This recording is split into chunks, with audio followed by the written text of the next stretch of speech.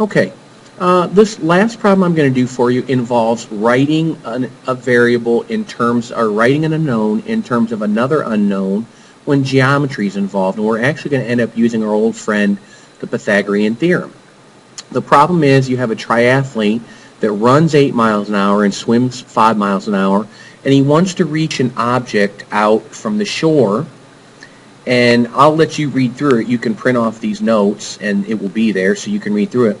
But he's starting here down the beach. He wants to reach this boat, and I've already drawn everything for you, including the shark here. And what he can do is he can run along the beach, and at any point he wants, he can turn and swim directly towards the boat. So he could start right now swimming directly towards the boat, or he could run all the way down and then turn 90 degrees and swim towards the boat, or he could stop any point in between and make a straight line for that boat.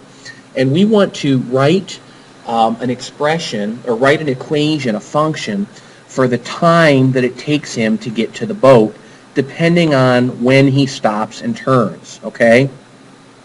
So we don't know how far, well, and one other thing we're going to use is we're going to use the fact that distance equals rate times time, all right? Now, we don't know how far his distance on the land is. You could call that D1.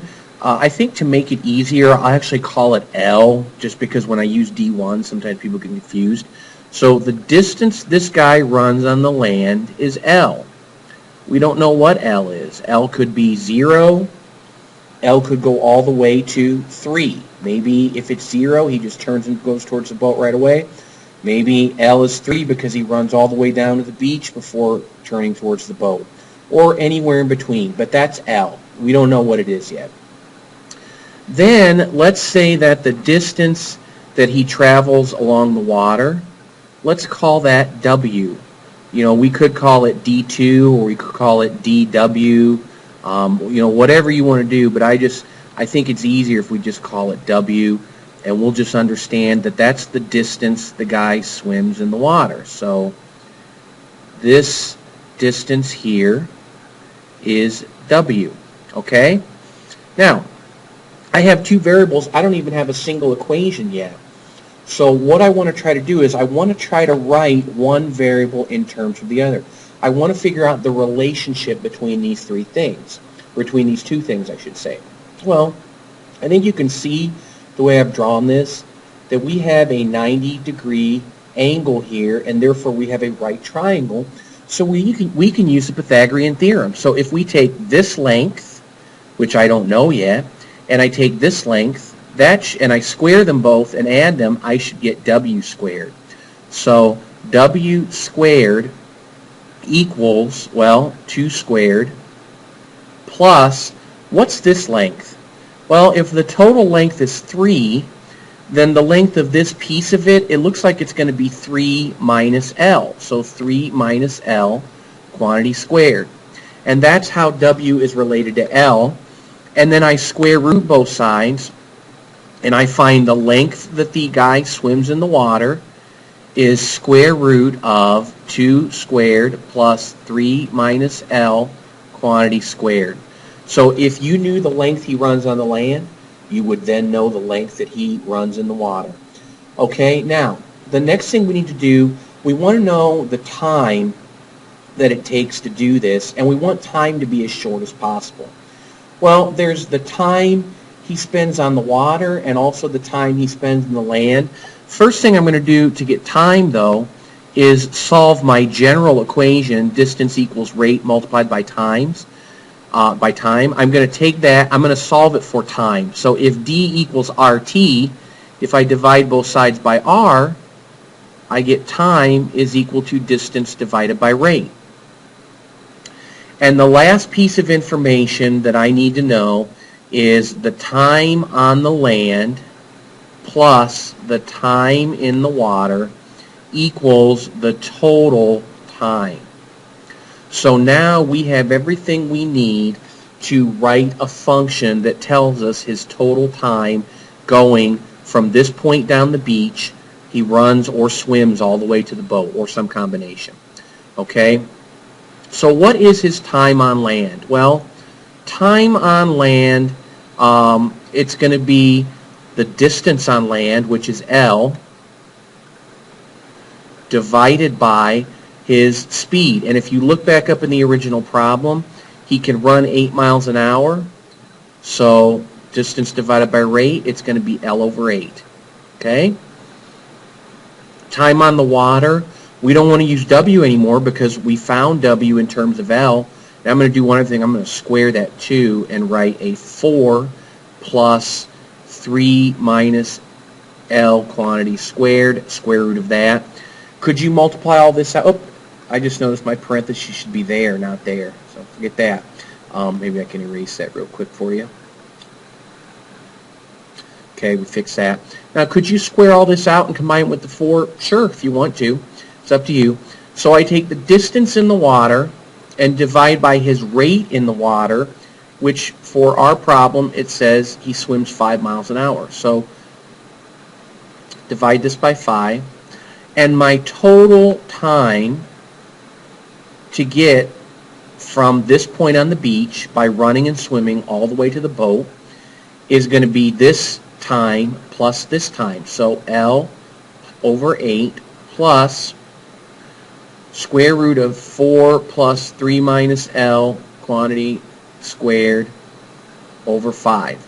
That's my total time in the water. All I need to know is how long he spends, or how long he runs, how far he runs on land. Now, if you wanted to find the best case scenario, so if I wanted to figure out the best decision to make, should I turn and run right away, or should I turn and swim right away? Should I go all the way down and then turn, or should I pick some place in between? There is a way to get a rough estimate of that, and this is what I would do. I would take my calculator, and you'll want to get a calculator that does that makes tables for you. So let's let that calculator pop up there. Let me pause while it's doing that. Okay, so here's my calculator, and what I'm going to do here, I'm just going to type in this expression. Now I will hit the table feature. I realize it's kind of hard to see because my calculator is so small, but I don't want to cover up my function. Well, I'll cover it up a little bit, make my calculator a little bit bigger. Not too much though. I'll make it bigger. Okay, a little bit bigger. That's really not much bigger at all. But I will use the table feature on my calculator, and then it tells me to enter the function in X. Well, I don't have X. I have L instead of X, but I'll just pretend it's an X. And I've also got my key press history here. If you want to see, what I did to get this, it's going to be there as well. And I'll just type in exactly what I see. So fraction button. Like I said, I don't have an L. I'll use my X button. Scroll down and put an 8 there. Scroll across. Plus. And then fraction button again. And then square root. So second function, x squared, that gives me the square root. And then I have 4 plus, and then parentheses, 3 minus x, because we don't have an L. Close my parentheses, square it, scroll down, and then I plug in a 5. Okay? And then I hit enter, and the key press history is still here for you so you can see what I'm doing. And there's the function I'm using. Now, what is x going to go to? X is the distance I run on land. So it goes from 0, and it can go all the way to 3. And what do you want to step by? Well, let's go by 0.25. That's a fourth of a mile. So we'll go by fourths of a mile. I think that'll be a pretty good way to do it. See what happens. Scroll down to auto. If you scroll over to ask, it lets you just pick in whatever values you want. Select OK. And this gives you the time that it takes depending on the distance that you start at, or depending on the distance that you run on land. Okay, now what you would do here to find the best time, you will want to scroll down from 0 to 3.5, and actually, wait a second here. For some reason it's not going by 0.5. So let me go back and look at this again. Table, enter. Oh, I have start at 0.75. I want to start at 1 and step by 0.25. 0.25. I think I put in the wrong thing for the step function. But I want to step by 0.25. Scroll down, hit OK. Here we go. I like this table a lot better. So I start at 0. Actually is where I could have started, because maybe I don't run on the land at all. You know, maybe I'm like Aquaman. I just swim all the time. So there's my time that it takes. And the time, you want to find the least amount of time. That's going to be your best choice to make. If you get a fraction and you want to know what that fraction is, you can scroll over it and see it shows up down there. Hit this double arrow button one time, 0.6875. Looks like my best time is actually that, 1.5. So yeah, I think that's the lowest time in this interval. So my best time is at 1.5. So I should run 1.5 miles down the beach before turning into the water. Now, if you want to know what this is in terms of hours, by the way. If you wanted to convert that to minutes or seconds, what you would do there is to get these times out of hours and into minutes per second. And remember, time is my Y value here.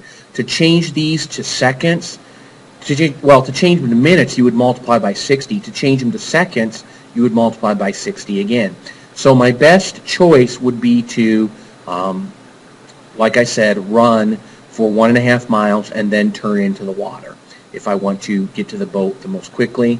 So hope you enjoyed this problem. I always like to add sharks to my problems. When I was a kid, I wanted to be a marine biologist. I studied and read about fish and, read everything there was to know about Jacques Cousteau and things like that, and just studied for years biology and fishing and fish and things like that. And then one day I realized I could never be a marine biologist.